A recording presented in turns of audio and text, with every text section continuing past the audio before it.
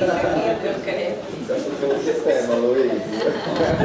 Agora nós somos poucos, podemos falar assim, microfone.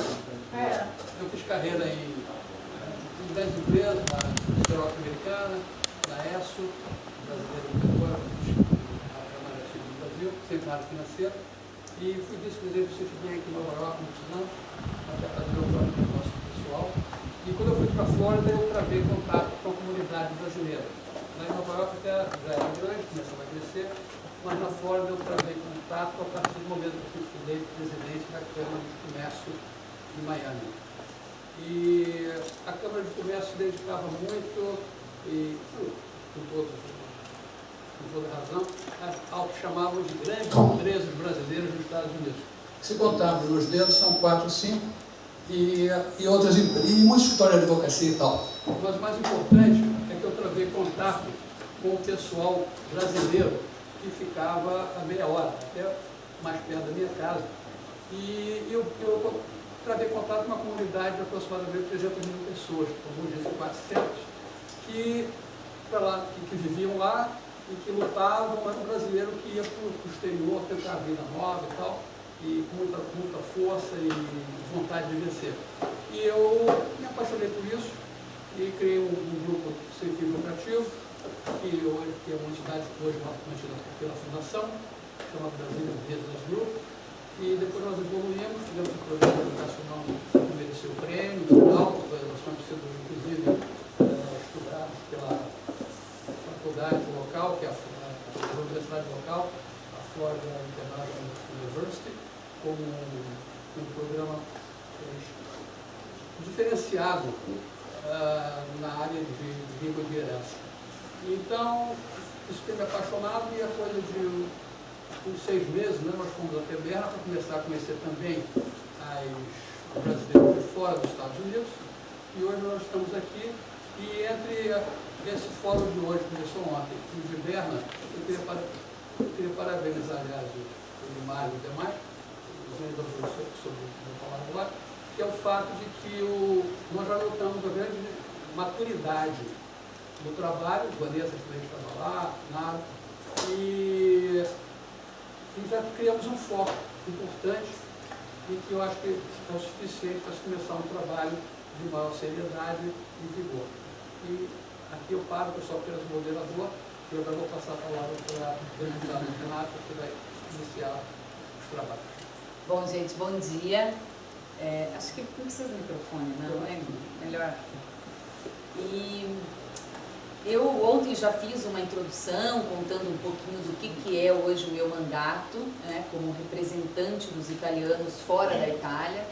Eu fui eleita pelos italianos na América do Sul e hoje então exerço um cargo de deputada no parlamento italiano. A Itália foi o primeiro país do mundo que deu essa prerrogativa, né? Em 2000 começou essa discussão sobre a possibilidade de criarem esses cargos, justamente porque a Itália já vinha se organizando há muito tempo através das suas comunidades, e não só através das comunidades e associações, mas os próprios órgãos que o governo criava junto a essas comunidades, órgãos representativos, que eram então esses comitês dos italianos no exterior e um conselho geral também dos italianos no exterior.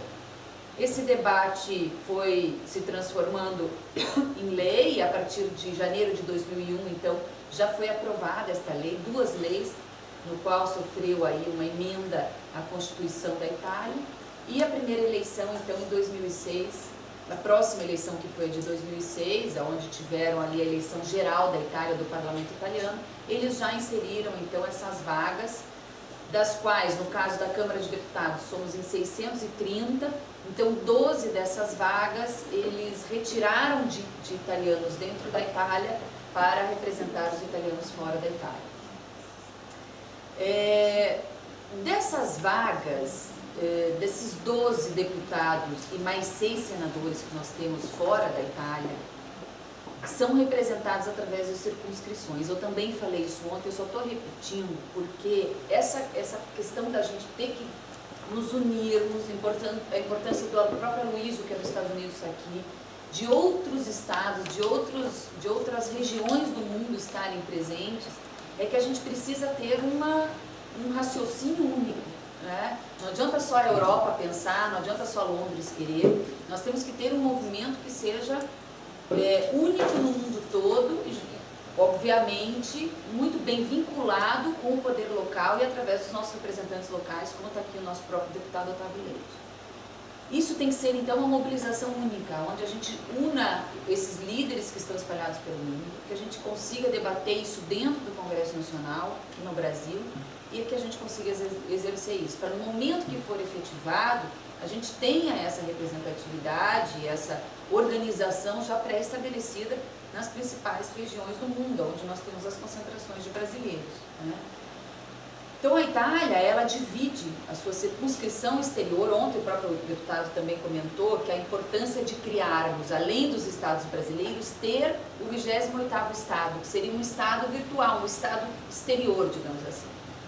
A Itália faz isso. Além das circunscrições internas da Itália, ela tem a circunscrição exterior, né, que são essas 12 vagas de deputados e 6 de senadores.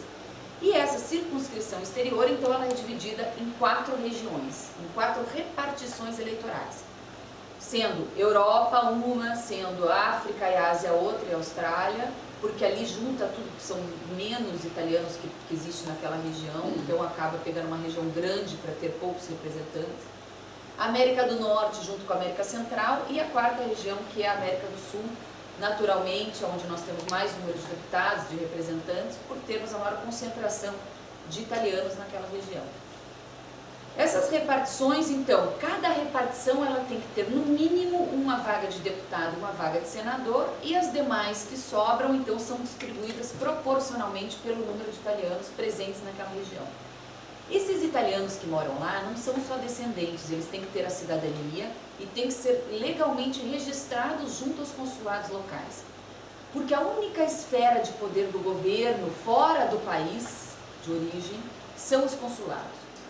O caso aqui, por exemplo, nós não temos como estar dialogando diretamente com o governo brasileiro, nós temos que sempre nos dirigir aos consulados locais. Então os brasileiros que aqui estão, eles serão legitimados a votar se eles estiverem legalmente registrados nos consulados locais, e através do consulado é que são distribuídos esses votos. A cada eleição na Itália, então eles chamam, toda a comunidade, existe uma lista desses eleitores, com o endereço de cada um deles, que os consulados, no momento da eleição italiana, distribuem a todos esses eleitores, manda na casa dessas pessoas uma correspondência explicando o que é aquele voto, com a lista de candidatos, porque inclusive existe uma lista específica para cada uma dessas repartições eleitorais dos candidatos locais. Por exemplo, eu que fui candidata pela América do Sul, pertencia a uma lista da América do Sul. Eu não estava inserida em uma lista geral da Itália ou uma lista geral do exterior.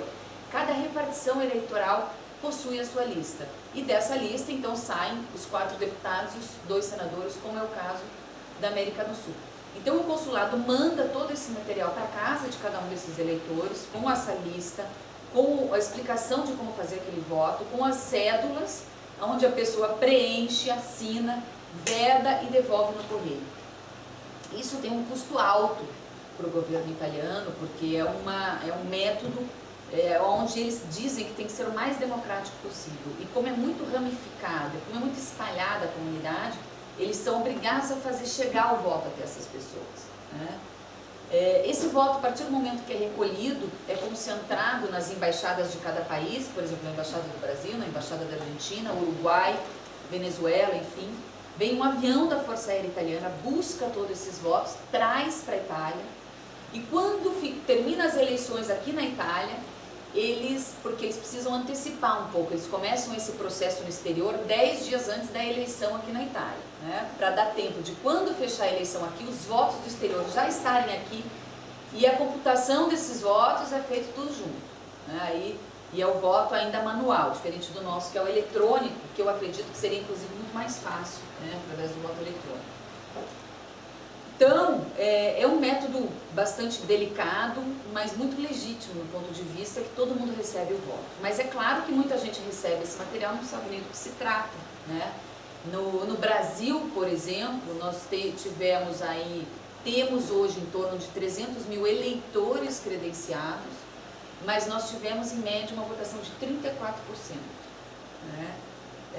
outros 66% não se interessaram em votar, não devolveram a cédula, ou nem mesmo devolveram, ou não devolveram a tempo, né? Então nós tivemos somente um percentual de 34% dos votos. Isso muito distribuído nos consulados do Brasil, que são 8, né? Nós temos muito presente esse corpo diplomático italiano no Brasil. E desses votos, então, a gente pôde aí, enfim, contabilizar. A minha votação, por exemplo, eu fiz uma média de 30% dos votos válidos em todos os consulados. Fiz uma campanha muito voltada para o brasileiro como para a cidadania, como eu disse, justamente por ser o meu perfil, né? Apesar de ter morado fora aqui muito tempo, fiz toda a parte dos meus estudos, enfim, tudo isso agregou. Mas eu queria, essa parte técnica, a gente acaba trazendo, né, as demandas dos italianos que moram lá, tem muita questão nos serviços consulares, a gente fala muito de aposentadoria, todos esses temas que estão sendo reivindicados aqui por vocês serão naturalmente defendidos por este representante, né? E nada melhor do que ter um representante dentro do Parlamento, dentro do Congresso Nacional no Brasil. E dessa forma eu gostaria de enfatizar ainda de novo essa importância de ter essa unidade, de ter essa força organizada pelos brasileiros no exterior, né? Ontem mesmo a gente falou aqui do Japão. Por que no Japão eles têm tanto e a gente não tem aqui na Europa, por exemplo? Porque com certeza no Japão a comunidade brasileira é muito organizada, né? E a partir do momento que as associações se unem, as comunidades se unem no sentido de buscar os direitos, com certeza constitui uma força única que acaba alcançando os objetivos. E eu gostaria, inclusive, de poder encaminhar, através de uma sugestão, com o nosso deputado Otávio Leite, ontem já comentei um pouco com o Edmar.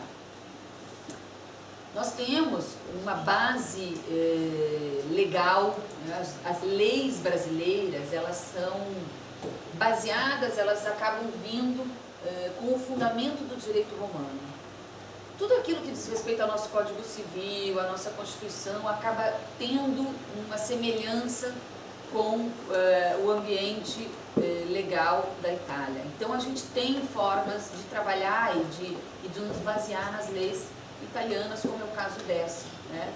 A gente tem uma Constituição Federal que é parecida e a gente pode também trabalhar essa lei que foi aprovada com sucesso e que já vem sendo executada há 7 anos, né, de como a gente implantar isso no Brasil. Então a minha sugestão, para encaminhar inclusive esse debate do fórum, nós temos uma secretaria, que tem a sugestão de ser criada essa Secretaria do Imigrante, né, que eu vejo a secretaria muito mais como um órgão do governo, onde o governo já existe essa preocupação. O próprio Marcelo, aqui ontem representando a presidência da República, nos disse, né, que a presidência do Brasil já se preocupa com esse imigrante, com o imigrante também, mas eu acho que tem que ser duas coisas tratadas muito separadamente, né, porque não se confundem, né, são direitos inversos, inclusive. Mas nós temos que ter essa clareza de o governo, obviamente, ter uma central onde atenda essas demandas e onde a gente possa buscar essa situação. E o governo italiano tem, inclusive, um vice-ministério sobre esse assunto dos italianos no exterior. É muito forte, é muito presente isso na Itália, e é essa mentalidade que nós temos que absorver. Como também essa representação através de deputados e senadores eleitos. Essa representação através de senadores e deputados eleitos é uma luta que eu acho que tem que ter essa mobilização, e através dessa própria lei italiana, até já posso me comprometer imediatamente com o nosso deputado, para a gente, vou fazer a pesquisa, já tenho um estudo sobre isso, mas vou buscar a própria base legal para que a gente possa encaminhar isso junto ao Congresso Nacional no Brasil. E sugiro, inclusive, deputado, que a gente faça dentro do Congresso Nacional, envolvendo mais deputados, envolvendo a comunidade brasileira no exterior, no momento que estejam lá, ou que mandem representantes, enfim, a dificuldade, obviamente, de ir até lá, mas que a gente crie esse debate, um dia que seja, uma apresentação deste projeto de lei dentro do Congresso Nacional, para sensibilizar os nossos políticos locais, né? É claro que a gente fala em números ainda não muito claros, se 2 milhões, 3 milhões ou 4 milhões de brasileiros que estão no exterior. Esses números também não correspondem à realidade dos brasileiros que estão no exterior, porque os brasileiros registrados são muito poucos, né? Inclusive, muitos usam da cidadania italiana, que é um facilitador dessa vinda para a Europa, por exemplo. Né? Então, a gente tem que ter clareza disso. Não é tão simples termos representantes. A gente tem que contar com a comunidade que está legalizada nesse processo migratório, né? Para que a gente tenha, então, essa representatividade no parlamento brasileiro. Eu tenho, enfim, mantido uma comunicação importante com as comunidades italianas no Brasil e na América do Sul, mas tudo isso através dos órgãos locais, porque é muito dinâmico, é muito abrangente, né? Então, é um representante, 2 ou 3, mas a nossa base de trabalho, sem dúvida nenhuma, são as organizações locais. Então, cada uma das associações, cada um dos órgãos existentes que já organizam os brasileiros no exterior, vão fazer parte desse processo sempre. Não só nesse primeiro debate, não só durante um mandato, enfim, mas na busca deste sonho de ter aí os seus representantes.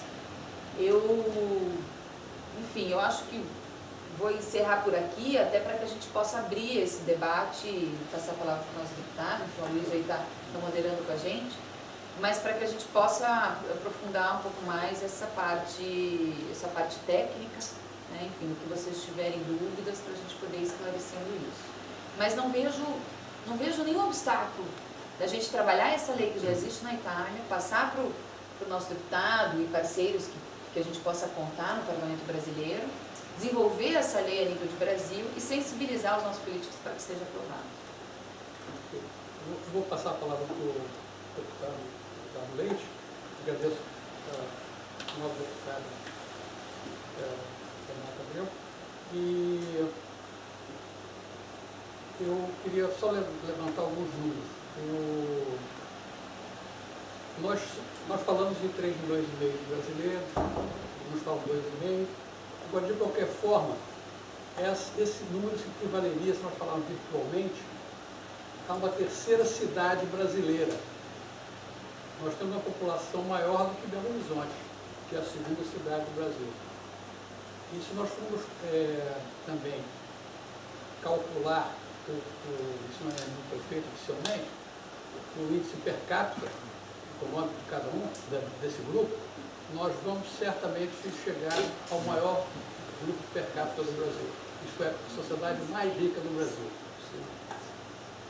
Agora, isso também leva ao quê? O que a deputada falou muito bem, é que antes da gente procurar os efeitos de tudo isso, as melhorias e tal, nós temos que fazer um belo trabalho de casa, que é analisar perfil, criar perfil, uma série de detalhamentos que nós não temos hoje. E não temos porque falta dinheiro, principalmente. Ontem eu falei rapidamente que o meu grupo fez o primeiro survey nos Estados Unidos e foi tudo financiado por nós. Até diria pessoalmente que foi comigo, porque a fundação também não tinha recurso à disposição. Mas enfim, então com essa nota eu passo a palavra para o deputado. Bom, eu queria inicialmente reiterar a minha satisfação de poder participar desse encontro. Eu costumo correr muito atrás das coisas que eu acredito. Isso é como um motor que me anima profundamente. E eu acho que há um déficit, um hiato aí, uma lacuna que tem que ser o quanto antes preenchida. O que eu estou querendo me referir? Estou querendo me referir à representação política que os brasileiros que emigraram merecem e precisam ter no parlamento brasileiro. A deputada Renata foi no ponto. O que interessa? Interessa chegarmos lá no ponto final, que é termos representantes no parlamento.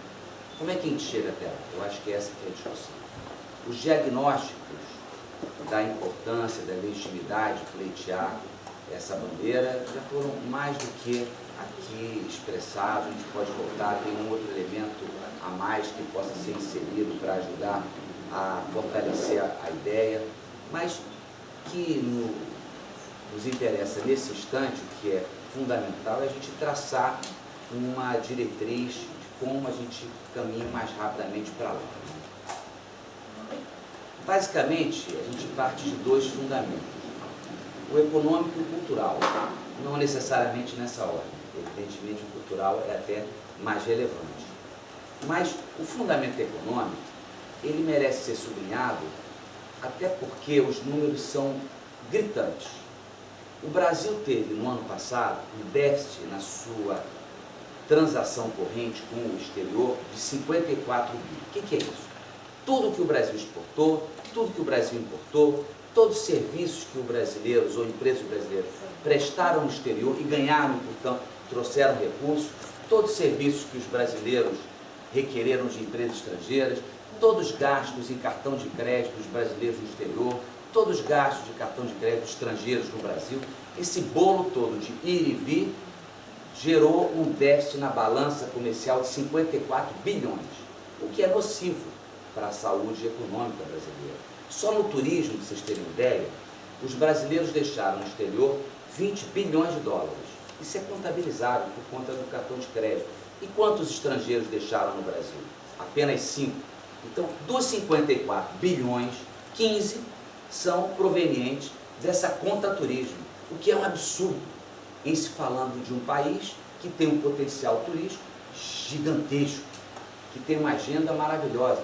Esse número da entrada de estrangeiros no Brasil está estagnado há 10 anos, entre os 5 milhões de estrangeiros por ano. A gente não consegue dar mais vazão a isso. Hoje, há um drama que é agudizado e tal, por conta do custo Brasil, ou seja, o dólar, o problema do dólar e o problema também da tributação excessiva. 40% do PIB brasileiro é tributo. É uma coisa terrível, né? Bom, apenas estou ilustrando isso tudo para dizer o que interessa. O que interessa é que, se nós temos na balança de pagamentos 54 bi de prejuízo, digamos assim, era para ser quase 60. Quem é que salva o Brasil nesse ponto? Os estrangeiros que vivem, os brasileiros que vivem no estrangeiro, que mandam 5 bi todos os anos para o Brasil. Dados do Banco Mundial. O Banco Mundial tem uma estrutura lá que afere esse circuito de recursos que são internacionalizados, né? Ou seja, que migram de países para outros. O México, por exemplo, os mexicanos que estão nos Estados Unidos mandam para o México 23 bilhões por ano. Isso, para a economia mexicana, é vital.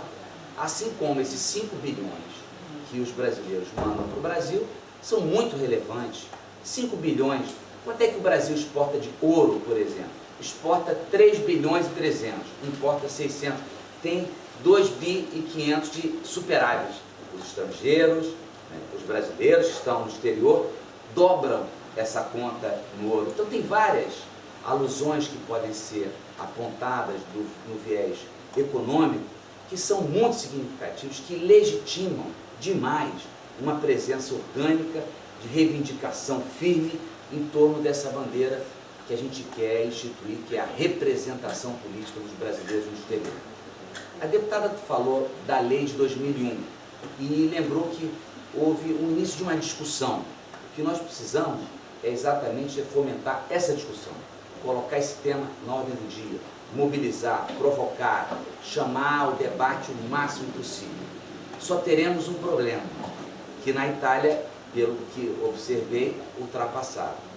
É o seguinte: qualquer tentativa de aumentar de 513 para 520 deputados ou aumentar o número de senadores é um pau puro. É uma discussão muito complicada, porque a percepção da opinião pública será um incremento de gasto, tudo que signifique, sobretudo na esfera legislativa. Hoje no Brasil, você ampliar estruturas receberá críticas. Então nós temos que cortar na própria carne. A Itália cortou na própria carne. Esse é um dado muito relevante. Eu ontem, ao sair daqui, liguei para um jornalista importante do Globo do Brasil. E ele ouviu com atenção: formidável, Otávio, genial, etc. e tal. Como nós vamos fazer isso aqui? Eu falei: cortando na própria carne. Não brinca, Otávio. Como vai cortar? Esse parlamento, como é que vai cortar na própria carne? Eu não sei, mas a gente tem que criar. Aí eu falei o seguinte: não interessa se é na própria carne, ou você pega a estrutura administrativa do Congresso e corta muita coisa para sobrar o dinheiro, que hoje já é gasto mesmo, para não aumentar o orçamento, não aumentar as despesas futuras. Enfim, tudo isso é uma outra discussão que a gente vai ter que enfrentar. E quando você diminuir o número de deputados, é um problema muito sério, porque as estruturas, elas que existem, estão lá, elas se organizam para evitar isso. Sergipe vai diminuir de 8 para 1, ou outro para 7, São Paulo de 70 para 67, por aí. Vamos fazer sorteio, então nós temos que dar a saída para isso. A gente tinha que saber como é que foi na Itália. Eu acho que em Portugal eles aumentaram. Portugal tem 4 deputados ou 6 deputados eleitos pela comunidade portuguesa no exterior. Eu disse ontem que eu conheço bem o que é eleito pela comunidade brasileira. Mas não é só brasileira, não. Ele pega todo o hemisfério sul, ele até tem voto na Austrália, tem, enfim, a mecânica da geopolítica, da divisão que eles lá estabeleceram.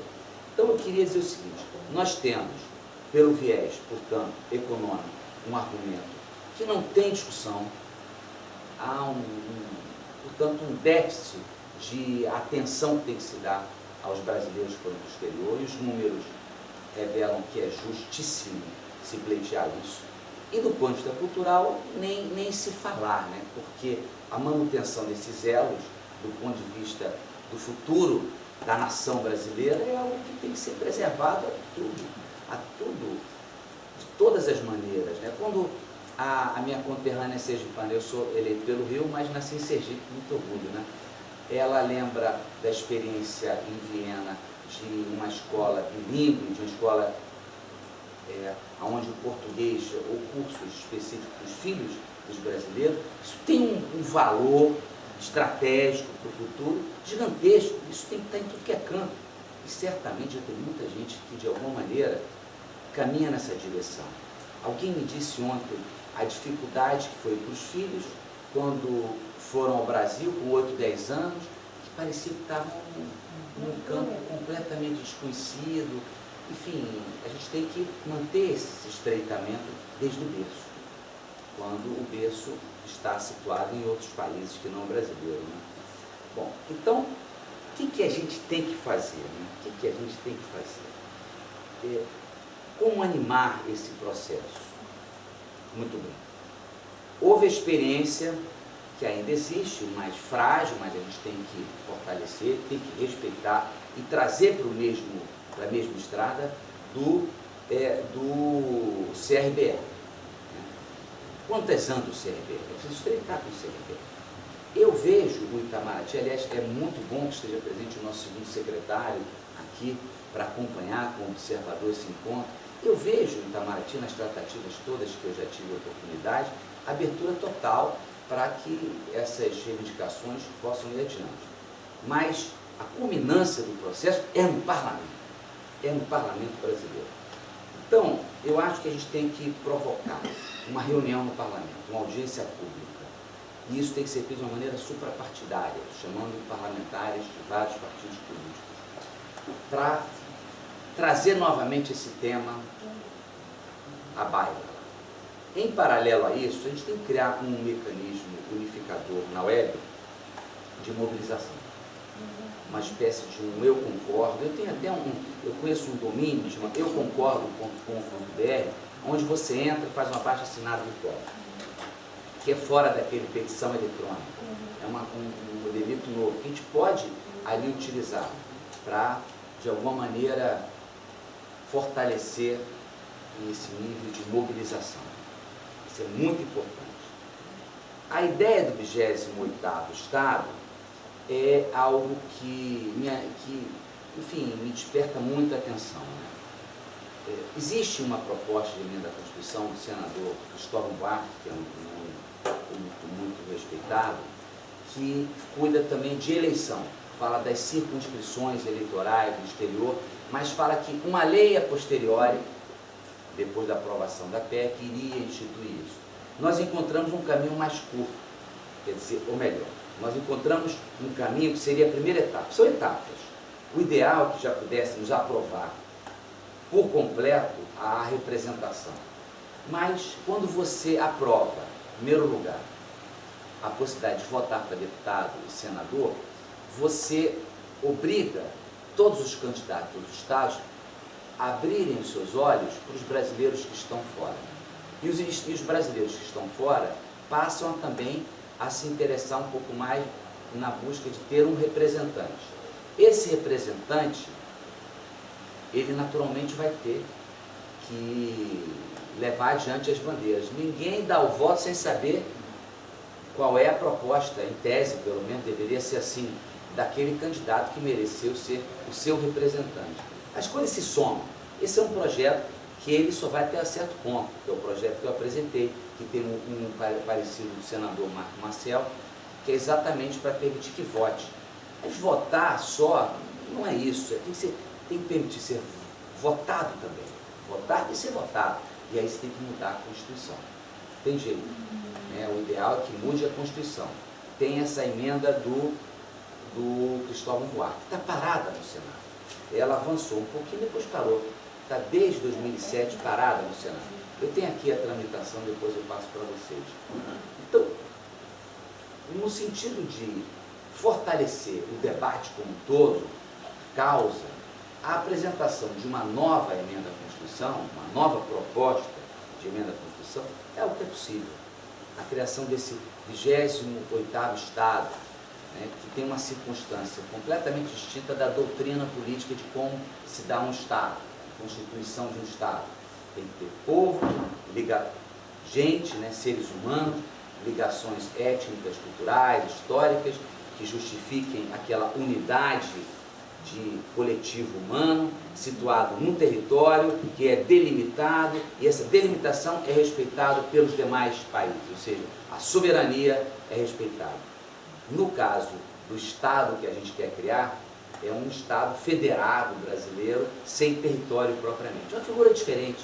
Ora, se foi instituído na Constituição Federal uma figura diferente, como é o Distrito Federal, o federal é uma figura diferente. Agora tem um território, tem um espaço. Mas não há nada que obste, do ponto de vista constitucional, essa ideia. Você pode ter, naturalmente, atitudes refratárias do ponto de vista doutrinário, que isso não cabe, mas são, a meus juízos, visões ultrapassadas. O direito tem que estar aberto, desde que ele se fundamente em vocação legitimada, uma intenção legitimada pelo interesse de pessoas, não há por que negar-lhe a possibilidade de ser instituído como regra, né? A possibilidade de você ter inserido na Constituição da República um capítulo ou um dispositivo especificamente nos direitos políticos, será reservado também ao brasileiro residente no exterior o direito também de ser votado. E aí você tem que ampliar ao máximo ali para evitar as burocracias vindouras, né? Porque tem sempre essa necessidade de se estabelecer cada vez mais regramentos, né? Leis complementares, Constituição, lei complementar, lei ordinária, decreto, portaria, enfim, resolução, instituição normativa, vários eixos de uma escala, né, da representação hierárquica das leis, como se fosse assim, uma pirâmide, né? Lá no vértice superior está a Constituição da República, os fundamentos básicos. Mas no nosso tema, a gente tem que colocar o que é básico de uma maneira mais elástica possível, para evitar muita burocracia para trás, né, para baixo. Né? Então eu acho que a gente pode apresentar esse projeto, essa PEC, eu poderia apresentar essa PEC. Para apresentar uma PEC não é uma coisa do outro, é uma coisa rápida, eu preciso 171 assinaturas. 171 assinaturas, você tem que ir deputado a deputado para pedir a assinatura, tem que conversar com um, conversar com outro, etc. E tal. Mas é algo relevante. Eu queria fechar essa minha introdução aqui, lembrando daquilo que talvez seja, do ponto de vista estratégico, o elemento mais promissor para todos nós. Queremos estabelecer o direito de ser votado, né? A representação política. Que é o seguinte, nós temos daqui a um ano eleição para presidente, teremos candidatos. Então, esse movimento que se organizará em torno dessas propostas, mobilizarmos em torno dessas propostas, ele deve, a meu juízo, em determinado instante, organizar-se uma pauta mínima, certo? E tem que ser entregue a todos os candidatos a presidente, a atual presidente, aos outros candidatos, etc, etc.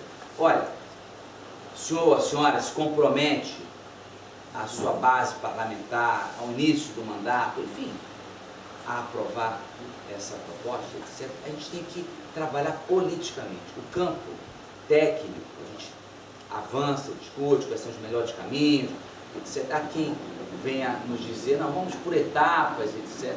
Tudo bem, as etapas, elas existem, se amadurecendo as coisas, mas a gente tem que lutar pelo fim principal. Se alcançarmos uma vitória parcial em determinado instante, teríamos já acumulado experiência e musculatura para a caminhada que vem pela frente. Mas tem que reivindicar tudo de uma vez só e colocar claramente aos partidos políticos. Essas são as nossas reivindicações. Eu pergunto, do ponto de vista da percepção de vocês que estão no exterior, é possível criar uma pauta única, unificada? Porque alguém falou aqui ontem de algo que é relevante, que talvez tenha atrapalhado. A gente sabe que a natureza humana, ela é terrível, né? Ela tem momentos assim difíceis, a vaidade, né? A disputa pessoal, isso tudo faz parte da natureza humana e em determinados instantes atrapalha demais a evolução das propostas, né?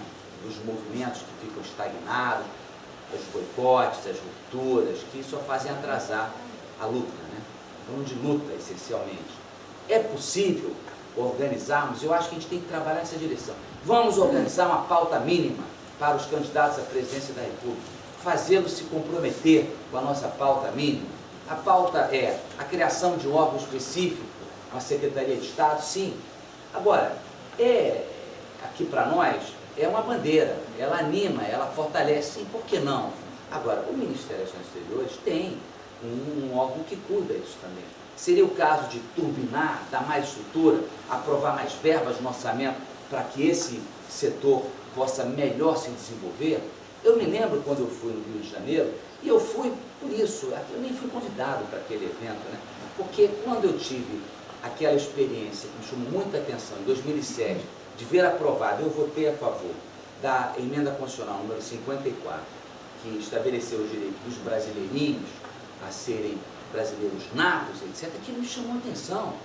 Meu Deus do céu, quantas são essas pessoas, né? O que elas fazem? Quais são os problemas? Aí aos poucos eu fui identificando, são muitos os problemas. Então, nada melhor do que ter seus representantes para lutar, para resolver os seus problemas. Por aí vai. Então, fomos aos poucos. E depois veio o CRBE. Bacana a ideia do CRBE, é um passo. A gente vai amadurecer, vai ganhar musculatura. Depois eu soube que o CRBE não avançou tanto. Eu me lembro que naquele momento, dentre as emendas orçamentárias que o deputado pode propor, eu coloquei lá um dinheirinho, porque quando cheguei no evento do Itamaraty, perguntei, quanto é que ter custado isso aqui? Passagem aérea, hospedagem, etc., o valor X. Eu botei uma verba, provei uma verba para o ano seguinte. Essa verba não foi utilizada, porque no ano seguinte não teve uma outra reunião. Então tem que ter, né, movimento, fortalecimento. Eu sei que em determinado instante haverá disputas, elas são naturais e válidas, mas a gente tem que deixar as disputas para o day after, para depois. A gente tem que agora unificar. Então eu penso que, do ponto de vista estratégico nosso, nós temos, primeiro, eu vou chegar, eu tenho no dia 29, olha só que curiosidade, o deputado, são 15h13, né? Ele não fala toda hora no plenário. Você fala às vezes 1 minuto, entre 2 e 2h30, tem 1 minuto para falar. Quem chegar ali fala. Então você tem que correr, etc. Se quer falar 3 minutos na sessão, você tem que chegar às 7 horas da manhã para se inscrever, senão você não consegue se inscrever. Tem nas comissões, eu presido a Comissão de Segurança Pública e Combate ao Crime Organizado. Olha que loucura. É uma coisa que eu nem imagino que fosse acontecer na minha vida. Esse é um tema, né? Eu nunca militei nesse tema, mas o meu partido, aí ele houve 2 comissões. Então, era um pouco bola da vez ali, tinha disputado a liderança, então era justo que eu fosse para uma das comissões. Eu topo, até porque esse tema da criminalização, enfim, o tema penal, tema da violência urbana, etc., é um tema que está no dia a dia, no cotidiano de todos os brasileiros. Urbano rural, aí é que está, né? Eu falei, sabe de uma coisa, isso ajuda a complementar.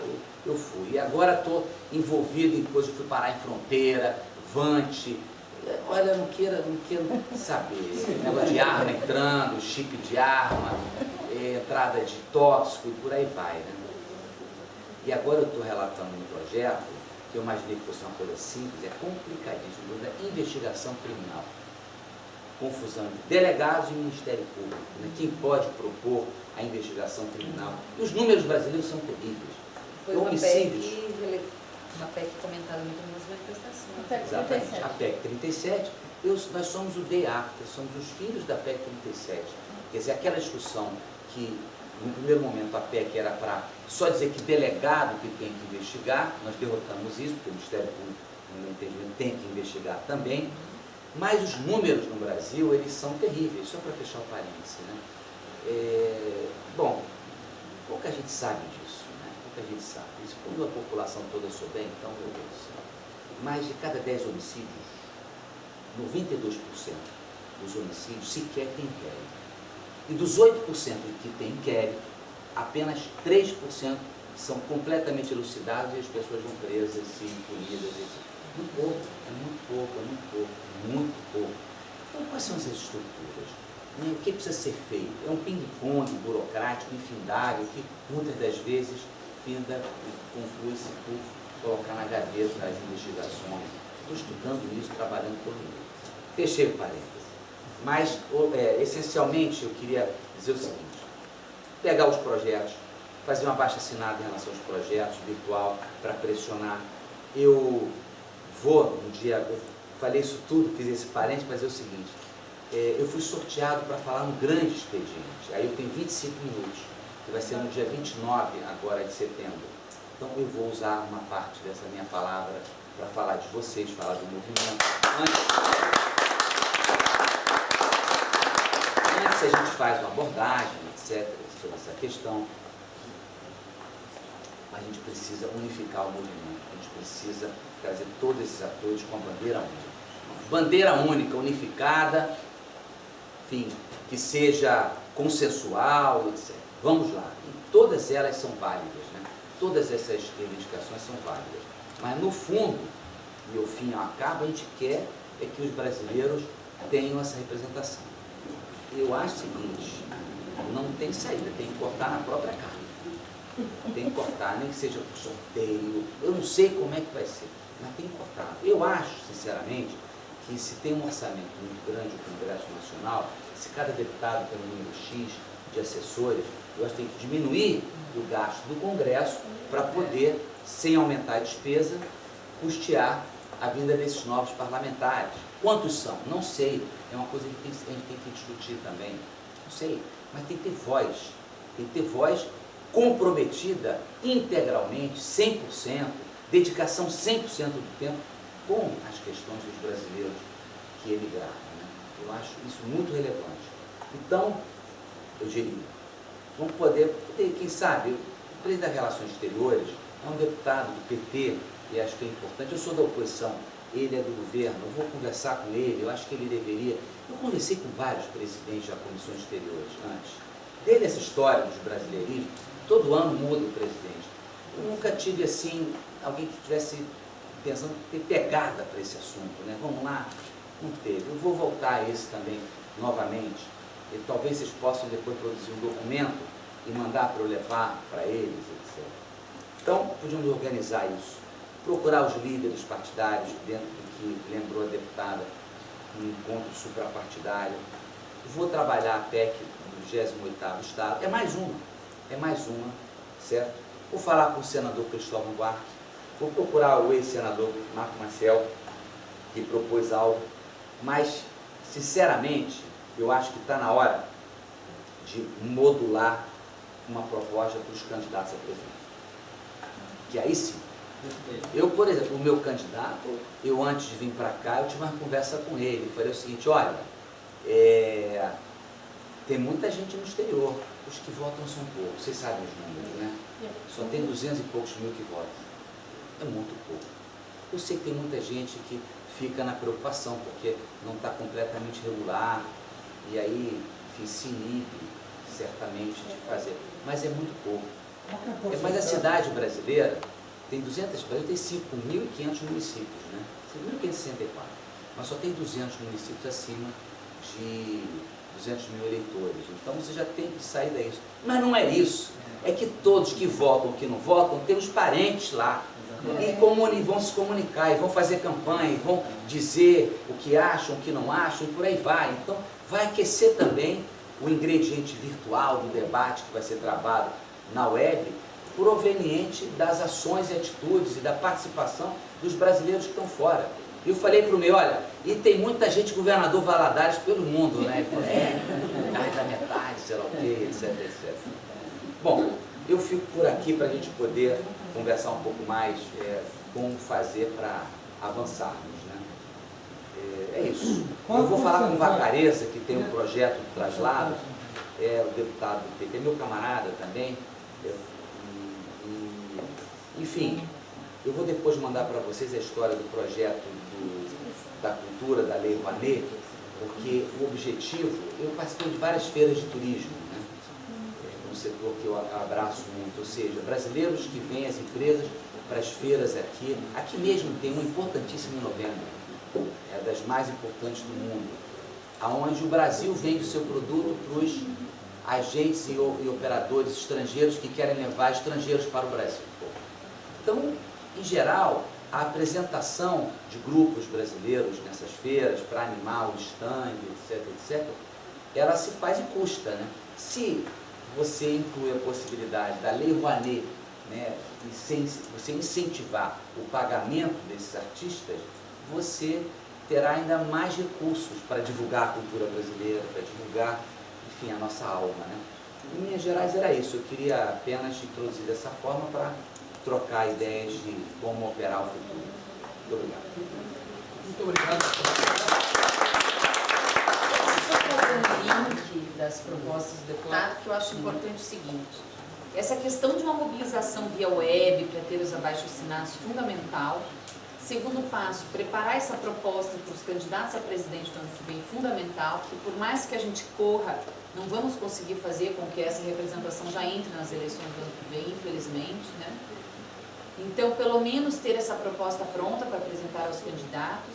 E um terceiro passo, que seria a decorrência de tudo isso, e muito importante, seria usar dessa mobilização, dessas propostas apresentadas aos candidatos, mobilizar os brasileiros no exterior para que votem nas eleições do ano que vem. Porque isso é um dado que vai aumentar a presença e a participação e o interesse dos brasileiros que estão fora do Brasil.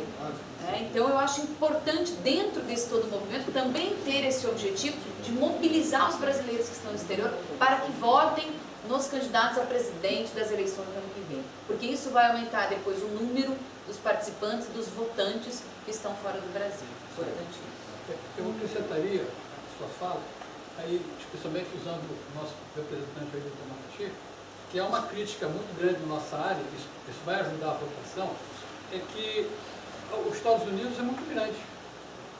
E a Flórida, de onde eu venho, que é um bom exemplo, você para votar tem que ir a Miami. Eu acho que agora tem alguma coisa, uma possibilidade em Orlando. Então você vai ter que dirigir. Melhora, mas não resolve. Você, em muitos casos, tem que dirigir 40 minutos a 2 horas. Então,